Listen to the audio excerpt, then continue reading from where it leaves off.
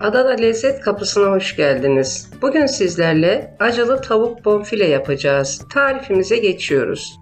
Sosu için tavaya 1 yemek kaşığı zeytinyağı, 1 yemek kaşığı domates salçası, 1 tatlı kaşığı şeker ve 1 diş dövülmüş sarımsak ekleyip kavuruyoruz.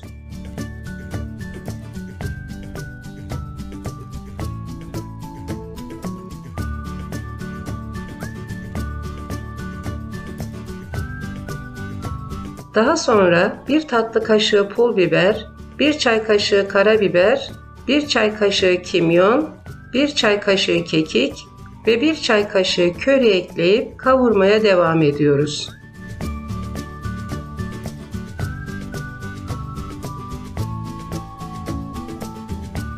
Daha sonra yarım su bardağı suyu kademeli olarak ekliyoruz.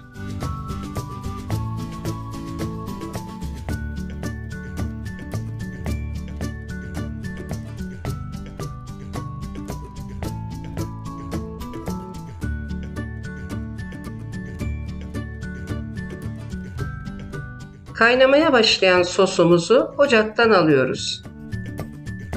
Daha sonra tavaya 3 yemek kaşığı zeytinyağı, 500 gram doğranmış tavuk göğsü ve 9-10 adet arpacık soğan ekleyip kavuruyoruz. Ardından 2 adet yeşil biber, 1 adet kapya biber ekleyip kapağını kapatarak pişmeye bırakıyoruz.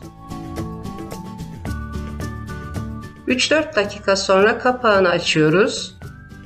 Hazırladığımız sosu ekleyip karıştırarak pilav ile servis ediyoruz. Herkese afiyet olsun. Bir sonraki tarifte görüşmek üzere. Hoşça kalın.